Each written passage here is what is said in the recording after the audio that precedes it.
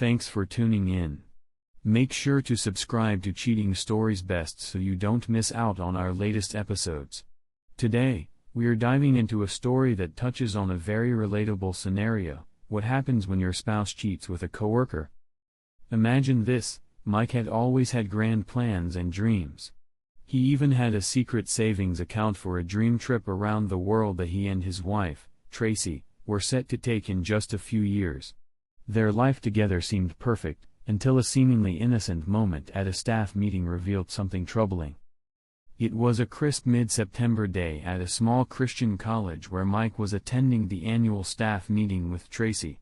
As Mike stood about 15 feet away, he observed Tracy, who was chatting animatedly with a couple of her coworkers. Tracy's cheeks were flushed, a vivid pink that didn't fade. She was speaking with Rafe Searcy, a new associate professor of English literature, and Janet Barnes from the administration. Given the conservative environment, Mike doubted that any inappropriate jokes were being shared. The flush on Tracy's face was out of place. It wasn't just the excitement of social interaction, it seemed like a deeper, more personal reaction. Mike had a sudden realization. After 23 years of marriage and 25 years together, he knew Tracy's mannerisms and reactions better than anyone. What he was witnessing was not normal. Until that moment, Mike had thought their marriage was near perfect. They had been best friends, lovers, and devoted parents to two wonderful children. They could spend endless hours together and never tire of each other's company. They talked about everything from intimate matters to history, and they enjoyed every bit of their conversations. Mike often joked that the best test of marital compatibility was taking a long car ride together. If you didn't drive each other crazy, you were meant to be. Their intimate life had been satisfying, though it had cooled from the fiery passion of their early years. But once their younger daughter left for college, the spark seemed to reignite. They enjoyed a renewed connection, alternating between tender moments and more vigorous sessions several times a week. Both Mike and Tracy were in good shape, with Tracy having long blonde hair, a curvaceous figure, and a bit more weight than before having children. Mike was more muscular than he had been in years, thanks to regular workouts and years of experience in making his wife happy. 2 months ago, something shifted. Tracy, who had always been a willing participant but rarely the initiator in their intimate life, started taking the lead. The physical connection between them was intense and frequent. Yet, something felt different. Their focus had changed from making love to just being intimate. Mike didn't question it at the time, but looking back, he realizes that this was a mistake. Tracy and Rafe seemed inseparable during that meeting, always within a few feet of each other. Now, Mike knew what he had to face, and the pieces were starting to come together. How would you handle such a revelation? Share your thoughts and experiences in the comments below. We'll see you in the next episode. I had been observing Tracy for a while, and it became increasingly clear that her demeanor brightened whenever she was near Rafe, even when I was around. Normally, her attention would shift away from me when I entered the room, but as soon as I left, she would gravitate back toward him. Throughout the evening, I kept a close watch on the two of them, though it didn't take much effort. It was evident that Tracy became completely absorbed in Rafe's presence. She didn't seem to spare a second thought for me, consistently finding excuses to touch him, whether it was a light brush of her hand or a lingering glance. My emotions ranged from nervous anticipation to full-blown rage as the evening progressed. What I was witnessing was more than just uncomfortable, it was a stark confirmation of the reality I had dreaded. I was effectively watching the end of my marriage unfold before my eyes. By around 11 p.m., I had to nearly drag Tracy away from Rafe. Her initial reaction was one of irritation and anger, but she eventually complied. However, the look she shot me as we left spoke volumes. It was a mix of frustration and resentment that I couldn't ignore. After 23 years of marriage, our conversations on the drive home had always been easy and fluid. This time, however, I remained deliberately silent, hoping Tracy would break the silence. She seemed lost in thought, staring out the passenger window, until the awkwardness of the quiet became too much for her. She filled the void with trivial chatter about how poorly dressed the college president's wife was, but her attempts at conversation felt hollow. When we got home, Tracy announced she was exhausted and heading to bed. "Are you coming?" she asked, with an edge of impatience that made me wonder if she was trying to avoid a discussion or if she was simply hoping I'd go to bed so she could deal with her own guilt or disappointment in private. I declined, saying I was going to watch some TV. Tracy looked disappointed, but she didn't push further. The next day, Saturday, I threw myself into yard work. It was a welcome distraction and gave me plenty of time to think. If Tracy was aware of the tension, she did a good job of masking it. The following week, things were noticeably tense at home.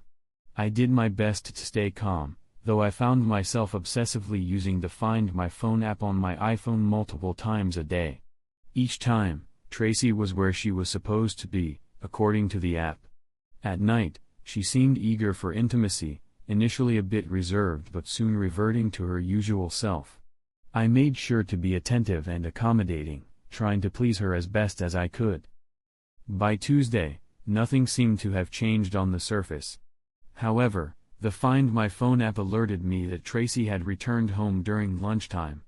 I decided to investigate quietly and entered the house just 15 minutes later.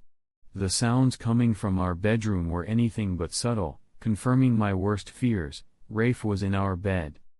The realization hit me hard. At one point during the evening's earlier celebration, I had heard Tracy exclaim, "Oh God, baby, you are the best." The finality of it all was almost too much to bear. It took every ounce of self-control not to storm into the bedroom and confront Rafe, but I knew that if I did, my rage would likely lead to something violent, something I would regret.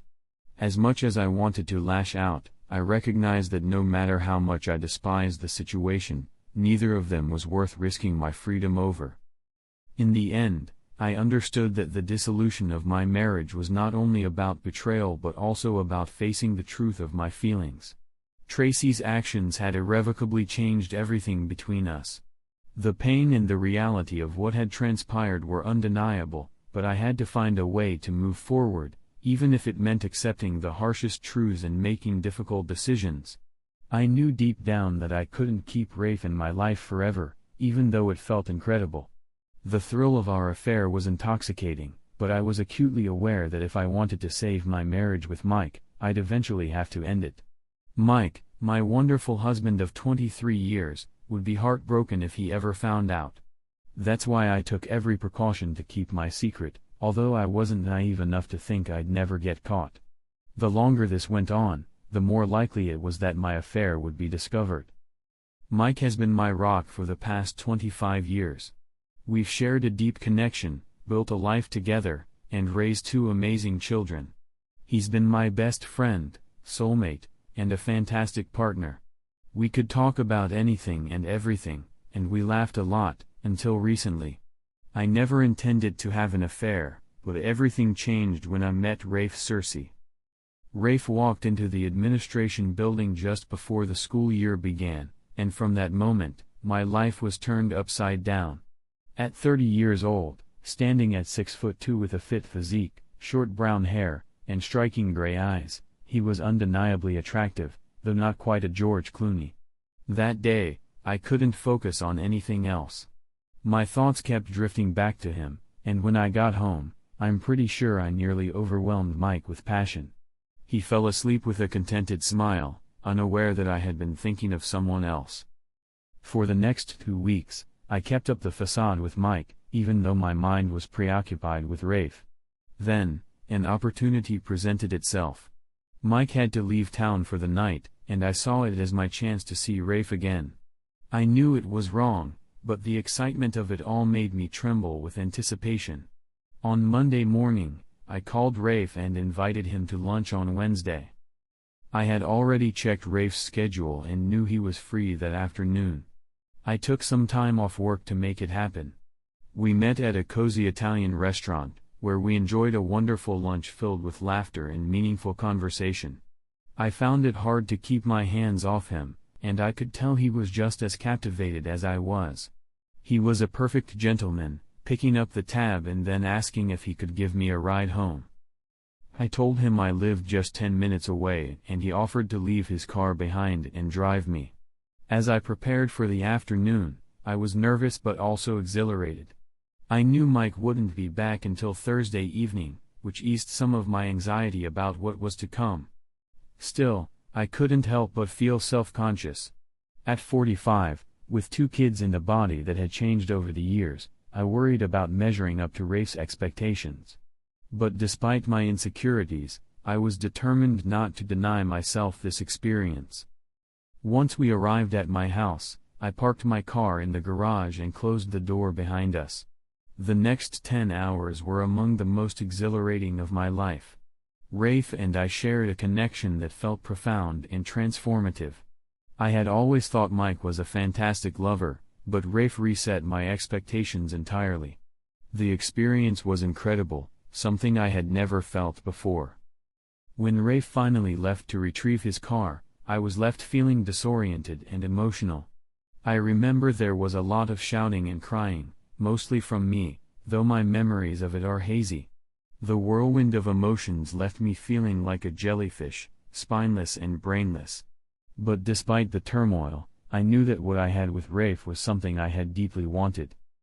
"You are an amazing woman, Tracy," Rafe told me as he left. That was probably the best intimate experience of my life. "Rafe," I murmured softly as we settled together after our second encounter of the evening. I meant it with all my heart. Mike was an excellent lover in his own right, but the connection I shared with Rafe was something entirely different. It felt as though what Rafe and I were doing was on a whole other level compared to the intimacy Mike and I shared. I didn't feel guilty about it. In my mind, being with Rafe was a separate, almost sacred experience from my life with my husband. My nights with Mike were about deep emotional connections, while with Rafe, it was all about the physical sensations that were nothing short of exhilarating. We managed to meet up twice a week, and while I knew this couldn't last forever, I was determined to savor it while it lasted. But then, everything came crashing down. I knew that Tracy was supposed to be served with divorce papers on Wednesday at 10 a.m. The moment the clock ticked past, my phone rang. It was Tracy, and her voice was frantic. "No, Mike, I don't want a divorce," she screamed through the receiver. Her desperation was palpable. I could barely contain my frustration. "I don't want a cheating wife, either," I replied coldly. "But sometimes we don't get what we want, do we?" "I can explain," she cried, her voice breaking. "I made a decision for myself," she continued, but I interrupted her. "We don't need to talk about your decision, Tracy. Since you ignored our vows, I made a decision for myself as well." I tried to focus on work, knowing that the reality of my home life awaited me. When I returned, Tracy was waiting, her anger apparent. "Don't you think you should have talked to me before filing for divorce?" she yelled as I walked in. "After all, we've been married for 23 years. I shot back, "Those 23 years didn't seem to matter to you when you were cheating on me repeatedly." Her eyes were red and swollen from crying, and her smudged makeup was a clear sign of her distress. I felt no joy in confronting her. "Mike, I love you," she said earnestly. "What I had with Rafe was just physical. It was a decision for myself," she said, her voice trailing off. Her words seemed to leave her feeling uncertain. "I'm sorry, I hear you, but I think you're overreacting. Can we talk about this?" she pleaded. "I don't understand what there is to discuss, Tracy. You cheated on me multiple times, likely more than I know about," I replied. Her attempt to explain felt empty. "I know it looks bad. I know it was just a decision for you," I reiterated, trying to make my point clear. Tracy appeared worried and somewhat hopeful. "I can't explain it, but it's like we have this special physical connection," she said, looking at me with wide eyes. For the first time, she seemed genuinely frightened. "Is this the best intimacy you've ever had?" she asked, tears mingling with her fear. "Do you want me to replay the scene for you?" I said, recalling the time I came home to find them too preoccupied to even hear me. I saw everything last week, I added, feeling the weight of the betrayal settle heavily on me. I won't be able to fix this mistake, Tracy. She lowered her gaze, clearly ashamed. It was purely physical, Mike. I love you more than you can imagine. Can't we at least try to work through this? She begged. Her plea cut deep. Despite everything, I still loved her, though perhaps not as intensely as I did 2 weeks ago. Love that has spanned 25 years doesn't just disappear overnight. The next shock came when I was served with divorce papers at my office on Wednesday afternoon. I hadn't anticipated that Mike knew about my affair, let alone that he had caught Rafe and me in bed. The worst part was discovering he had a video of me telling Rafe he was the best I'd ever had. I knew there was no way I could adequately explain the connection I had with Rafe to Mike. The reality of it all was sinking in, and the painful truth was unavoidable. Despite the undeniable connection I felt with Rafe, I clung to the hope that Mike's love for me would ultimately prevail. My plan was to first persuade Mike to accept the idea of me keeping Rafe as an outside lover while continuing our marriage. If that failed, I suggested that we see a psychologist as a last resort, hoping that professional help might provide a solution. Mike agreed to the idea, and we scheduled our first session with a consultant. Unfortunately, the initial meeting did not go well. The consultant was a woman, and like Mike, she struggled to understand my intense attraction to Rafe. I had hoped for more empathy, someone who might be on my side. Instead, her response felt dismissive and judgmental. "So your vows meant nothing to you, Mrs. Mullen?" she asked after I finished recounting my story. "No, they mean everything to me," I replied, trying to explain. "But this is different. This is unlike anything I've ever experienced before.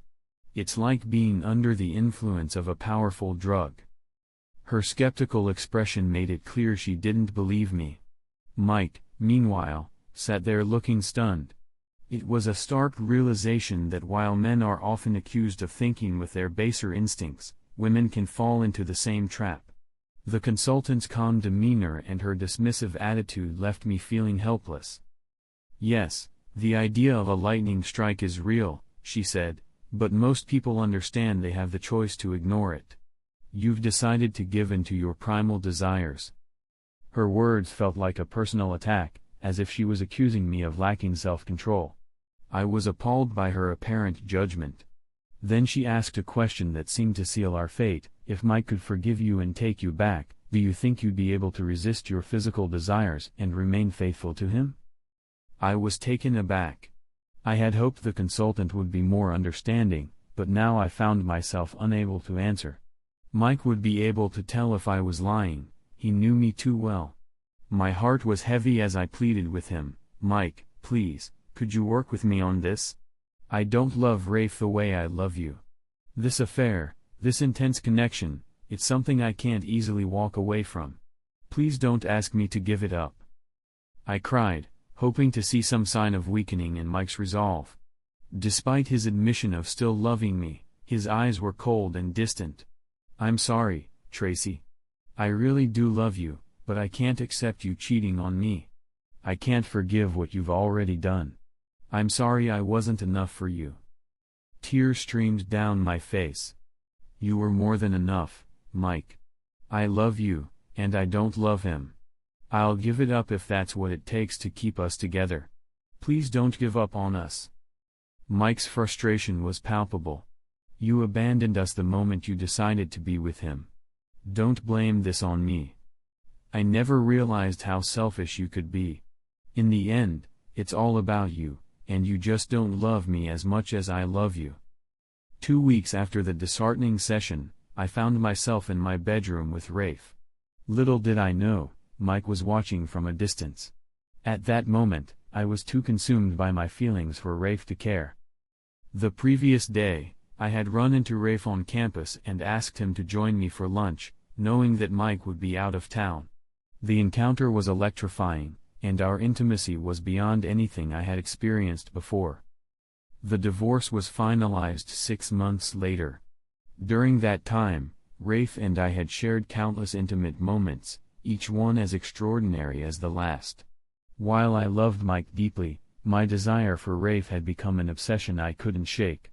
I understood that I would never regain Mike's trust or love, as he couldn't accept my relationship with Rafe. It was a painful realization, but one I had come to accept. Mike's reaction was one of disbelief and hurt. "I can't believe Tracy actually tried to convince me to let her stay married while she continued her affair with Rafe. If you truly loved me, how could you even suggest such a thing?" Mike thought bitterly.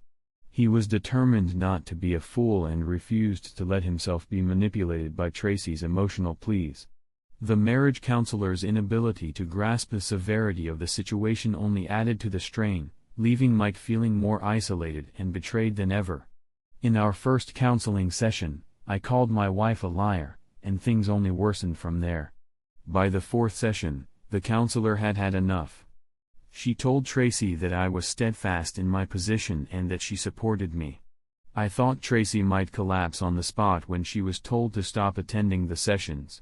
I'm not sure if Tracy asked my daughters to support her, but both tried earnestly to stand up for her. "You're destroying the family, Dad," my youngest daughter cried when I broke the news about the divorce.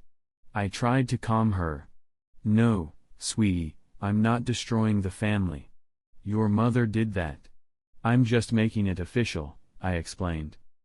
Her face twisted with confusion and sadness as she wrestled with my words. "You're probably right, Daddy," she eventually conceded, though the pain was evident. "Rafe, I never intended to ruin Tracy's marriage. I saw it more as her husband's problem than my own.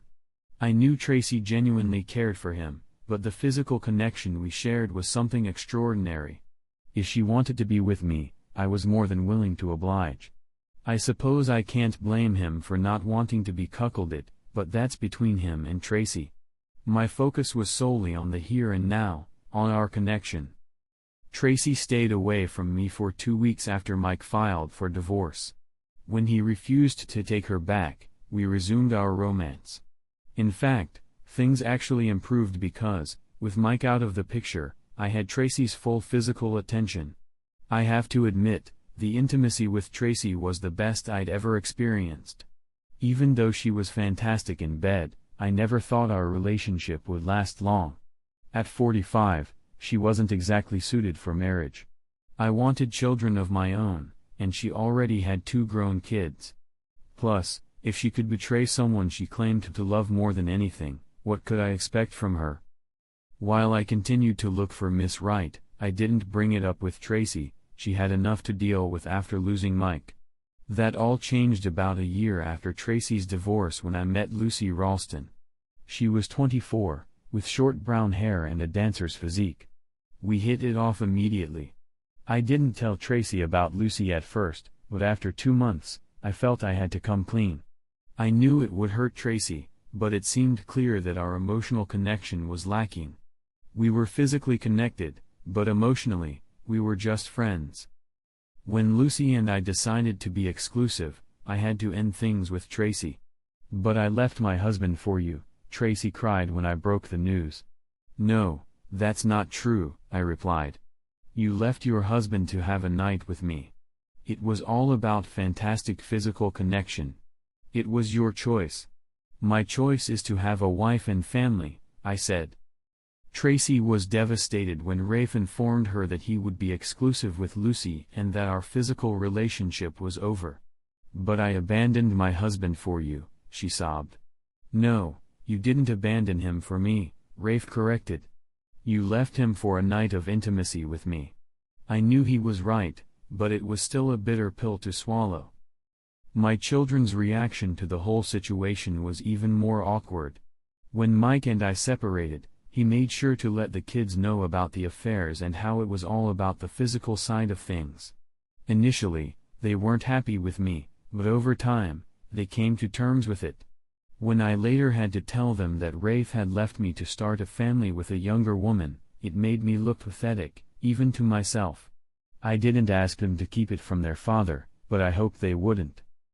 I admit that I don't fully agree with how my life has unfolded. When the kids came home for Christmas, my oldest casually asked if they'd meet my boyfriend. At that moment, I had to admit that we were no longer together. After a quarter of a century of love with Mike, it was devastating to think that I might have traded it for a few years of nights with someone younger. Rafe was undeniably a fantastic lover, but he could never replace Mike, my soulmate, my everything. Coming home to an empty apartment each day after work was heart-wrenching. Yet, I still found solace in the fact that, despite Rafe's departure, I had once enjoyed an extraordinary intimate connection several times a week. When Rafe left, the void he left behind was immense. The loneliness that followed was unbearable. I initially threw myself into dating, hoping to fill the emptiness. To my surprise, most of the men who showed interest were in their 30s or even 20s. I had to remind myself that at 47, maybe I wasn't as past my prime as I'd thought. I found some enjoyment in the company of these men, though none of them came close to the quality of my ex. Perhaps my long hiatus from dating had skewed my perspective, but it seemed that men's expectations had shifted significantly over the past 25 years. Younger men, in particular, seemed to expect intimacy on the first date, and if that didn't happen, a second date was rare. While I wasn't prudish, I wasn't willing to jump into bed with just anyone. Most of the encounters were intimate but lacked the deep connection I once had with Mike. I missed the profound intimacy and connection of making love. During conversations with my children, I tried to discreetly inquire about Mike's dating life. I didn't think he was seeing anyone, which gave me a glimmer of hope that maybe there was still a chance for reconciliation. Although the odds were slim, I couldn't help but wonder why he wouldn't consider dating me if he was open to dating other divorced women.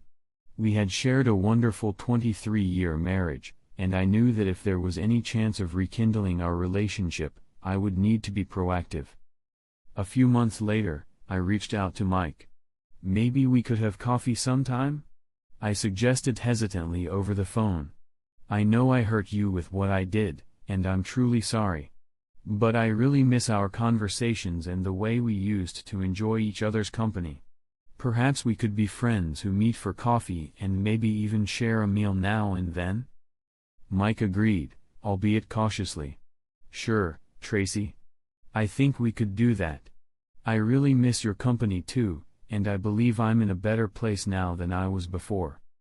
We set up our coffee date for the following Saturday. When I walked into the Starbucks where we had agreed to meet, I couldn't help but notice how fantastic Mike looked. Despite the 2 years that had passed, he hadn't seemed to age at all. His appearance was just as handsome as I remembered. He stood up as I approached, and I could tell from his expression that he was unsure whether to hug me or not. I took the lead, stepping into his space, giving him a gentle kiss on the cheek, and hugging him. He hugged me back, and I could sense a mix of emotions in his embrace. How come no one has snatched you up yet? I couldn't help but ask, surprised by his continued availability. He blushed charmingly, and with a smile, he replied, apparently, not everyone has such good taste. We ordered coffee and cakes, and as we talked about various topics, it felt like old times. The conversation flowed effortlessly, reminiscent of the many enjoyable discussions we used to have. The comfort of our interaction made the over-caffeinated coffee and sweets seem like a mere backdrop to the real pleasure of reconnecting. It was clear that, despite everything that had happened, the bond between us still held a special place in both our hearts. Starbucks was a blast, Tracy, I said as we finished our coffee and stood up. How about we do lunch next time? Her eyes widened slightly, and a look of surprise crossed her face. Certainly, that sounds great, she replied softly. 2 weeks later, I called Tracy to set up our lunch date. It had been over 25 years since I'd been on any kind of date, and even longer since I'd had any sort of romantic encounter since Tracy and I got divorced. Though I was heartbroken by her actions, I tried to maintain a facade of indifference. Inside, the pain was still raw, and after our divorce, I had intentionally stayed away from all women. One Saturday afternoon, Tracy and I enjoyed a pleasant lunch at our favorite Italian spot. I knew she might be hoping that I would invite her over after the meal, but instead, I walked her to her car in the parking lot, gave her a friendly kiss on the cheek, and headed to my own vehicle. Over the next year, we continued to meet for several dinners. I avoided inviting her to my home because it gave me more control over the situation. In my view, dinner often led to what happened afterward, and I wasn't prepared for that step with Tracy. I began to suspect that Mike might be getting wiser with age. He clearly enjoyed our time together, but he never took it a step further by inviting me to his home. I figured eventually he might, and perhaps if I could make a strong impression, there might be a chance to rekindle things. But he never gave me that opportunity. Dining out at IHOP didn't exactly set the stage for a romantic encounter. Eventually, I took the hint and resumed dating other people. Tracy had left such a mark on me that I didn't date anyone else seriously for 5 years. I made a point of keeping our lunches purely friendly, even though I knew Tracy was expecting something more. One day, while browsing through the tequila section at my favorite liquor store, I felt a presence beside me. She appeared to be doing the same thing, so I decided to offer some of my extensive knowledge of spirits. "Do you prefer sipping tequila straight or mixing it into cocktails?" I asked with a friendly smile. "I never dilute good tequila," she replied with a grin. "I drink it straight, like I drink my coffee. Margaritas are for parties, but when it comes to tequila, I like it unadulterated." I was taken aback. Here was a woman who knew how to appreciate tequila properly. I turned to face her fully, noting that she was strikingly attractive. There was no ring on her left hand, and she looked to be a bit younger than me. Her curly dark brown hair nearly touched her shoulders, her skin was pale, and her sparkling blue eyes suggested she might have some Irish ancestry, like me. I realized I had been staring when she asked me a question. "Are you all right?" she asked, a hint of amusement in her voice. I blushed and stammered, "Sorry, I was just lost in thought. A dozen brands of tequila and a beautiful woman who knows how to drink it straight, this isn't something I come across often." She chuckled softly, clearly enjoying the interaction. "And what kind of world is this, Mr. Tequila Snob? Loserville, USA?" I chuckled and replied, "Sorry, did I just call you ma'am? It's just a habit from my upbringing. It wasn't meant to imply anything." She laughed, shaking her head. "Wow, do I look like your mother or something?" "No, definitely not. I love my mother dearly, but you're nothing like her." "Certainly. Here's a revised and expanded version of the passage with a more engaging narrative. Even on her best days, Rose didn't look as good as you." I was astonished that those words actually slipped out of my mouth. I winced, feeling the sting of my own bluntness. Rose's initial surprise gave way to a sly smile, and I had a chance to really take in her appearance.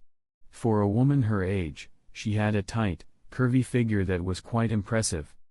"So why are you here, Mr. Tequila Aficionado?" she asked, her tone playful but tinged with curiosity. "It doesn't seem like you'd have any trouble finding a date or two." I sighed, a touch of melancholy in my voice. "I haven't been on a date in 5 years, since my divorce from my unfaithful wife." Rose's face reddened slightly, and she stammered, "Oh, I'm sorry to hear that." The conversation fell into an awkward silence. I found myself grappling for a way to revive it, but fortunately, Rose broke the ice. "So, what do you recommend?" she asked, her curiosity piqued as she returned to our previous discussion about tequila. I brightened up, eager to share my knowledge.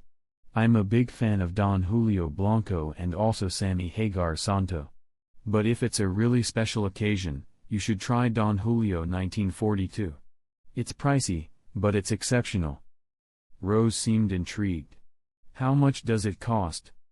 Realizing she was about to end our conversation, I took a leap. "You know what? Why don't we continue this discussion over a tequila tasting? My treat. It'll give you a chance to make a more informed decision." Rose looked me over with a mischievous grin and accepted my invitation. We headed to a nearby bar and spent the next 2 hours sampling various tequilas, enjoying a couple of snacks along the way. By the time we left, I had Rose's phone number. I was thrilled but also anxious about the next step. The idea of setting up a date had my mind racing. The last time I had gone on a date was what felt like a lifetime ago. I thought about taking her to a nice restaurant, maybe a roller skating rink or a bowling alley. My head spun with possibilities. I had a good job, made a decent income, and generally got along well with people. I was up to date with current events but avoided discussing politics on dates. Yet, I found myself sweating bullets, realizing that despite my experience, the dating game had shifted. Women had the upper hand, and they knew it. Rose had given me her number without any coercion, which should have counted in my favor, right? My internal debate raged for days until fate, disguised as an encounter in the office hallway, intervened. I was deep in thought about Rose when I nearly collided with Anna, a colleague who had tripped on her high heels. I grabbed her arms to steady her, apologizing profusely. Anna, who was about the same age as my youngest daughter, looked at me with a mix of gratitude and amusement. "I'm not very big, but I didn't think you'd notice me if you hadn't caught me," she said with a hint of humor. Anna and I had a casual rapport. I often gave her fatherly advice and she was my go-to consultant for understanding the younger generation. If I needed clarity on something generational, she was my resource. "You look like you've got something on your mind," Anna observed, her smile growing wider. I muttered, probably sounding like a bumbling fool. "Yeah, it's a bit of a situation with a woman." Anna's expression was both inquisitive and amused. "Well, you can tell me all about it at Murphy's after work. And don't you dare mock me when I get my drink, or you'll be drinking alone." Her offer was a lifeline, and I took it, relieved to have someone to talk to. The thought of navigating the complexities of dating and relationships felt a little less daunting with Anna's support. Later that day, I met Anna at Murphy's. She sat across from me with a bright smile, which only made me more anxious as I stammered through my story about Rose. "So, you haven't been on a single date since your divorce 5 years ago?" Anna asked, genuinely surprised. "Not a one? Wow. I knew you were a bit reserved, but not to this extent." She mimicked a surprised expression, making me cringe at her mockery. Despite the playful jabs, I knew Anna was well-meaning and cared about me. "How long ago did Rose give you her number?" Anna pressed. "This month," I replied. "Actually, it was just 5 days ago." Anna's eyes twinkled with mischief. "If you keep being so hesitant, I might just have to turn you over my knee," she teased, only half serious. Her playful comment made me blush. "Seriously, Mike, what's the hold-up? You're not a troll. You've got a lot to offer. Call her." For the next half hour, Anna regaled me with tales of her and her friends' dating escapades.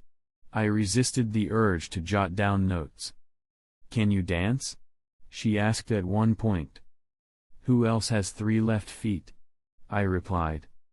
"Well, I'll take that as a no," she said, laughing. "You know, women really like it when a man asks them to dance. It's a physical gesture that can really move things along." I was taken aback. "Seriously? I always thought that was just an urban legend." "True as can be," Anna exclaimed. "It's like a form of foreplay. La la la," she sang, covering her ears with a grin. I rolled my eyes, but couldn't help but smile. "And don't forget to bring protection," she added, her tone turning serious. "You can never be too prepared." "Yes, Mom," I replied sarcastically, which only made her laugh more. That evening, I called Rose and set up a date for the following Saturday. Anna had advised me not to dwell on my past marriage during the conversation but to answer any questions Rose might have honestly. I felt uneasy talking about my past with someone I barely knew, but Rose was incredibly understanding. During our conversation, Rose shared her own heartbreak. She had been in a 15-year marriage that ended when she caught her husband in bed with a neighbor named Tracy.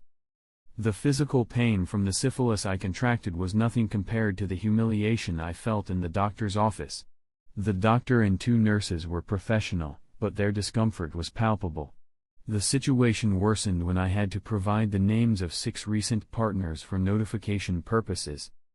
One nurse, after glancing at my test results, whispered to another, "It's probably a good thing she's not 25 anymore." Had she said that out loud, I might have lost my temper, but I had to admit, the comment was harsh. I hadn't dwelled much on my actions, but being single these past few years had been eye-opening. When Rafe left me after Mike's divorce, I might have gone a little wild, trying to replace both Mike and Rafe.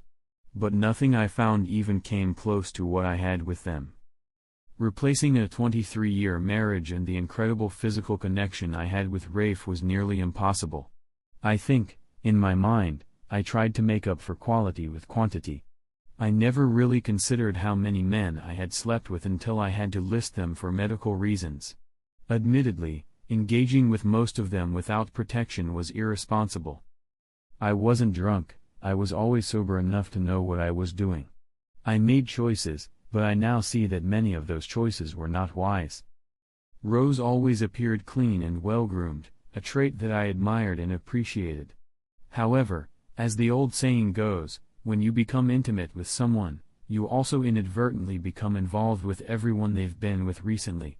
I never anticipated that I'd find myself facing such a realization. I had hoped that my issues would remain my own, hidden from the world, but life has a way of complicating things. Mike and I got married about a year after our first date. Despite our love for each other, we both carried trust issues from our pasts, but we faced them head-on with patience, love, and the guidance of an excellent counselor. The journey wasn't easy, but it was worth every effort. One night, after a long day, Rose and I lay side by side, our bodies still warm from our intimacy. At 75 years old, after 25 years of marriage, making love once a week was more than enough for us. We spent a few more minutes kissing and cuddling before drifting off to sleep. Saying that Rose was my savior would be an understatement. After my divorce from Tracy, I felt lost and unsure about dating. Rose helped me navigate this new chapter of my life, guiding me through it with patience and tenderness. Together, we discovered a new kind of love and companionship. When I re-entered the dating scene, I was more cautious. The reality of dating in your 50s is quite different from what I had known in my youth. Menopause and the natural aging process contributed to a shift in how I was perceived. Despite looking good for my age, younger men weren't interested, and I found that the dating pool was overwhelmingly skewed with more women than men in the 40 to 50 age range. The competition was fierce. Reflecting back, I once thought that my life with Mike was a sure thing. I had envisioned growing old with him, confident in our love.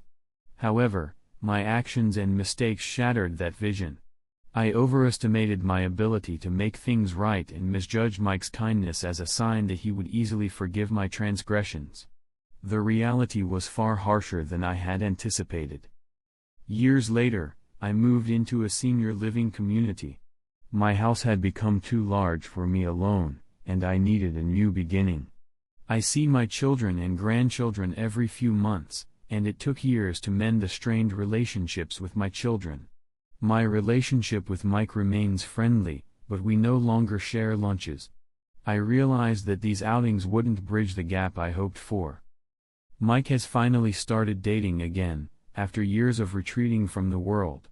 I admit, I feel a pang of jealousy when I see the way he looks at Rose.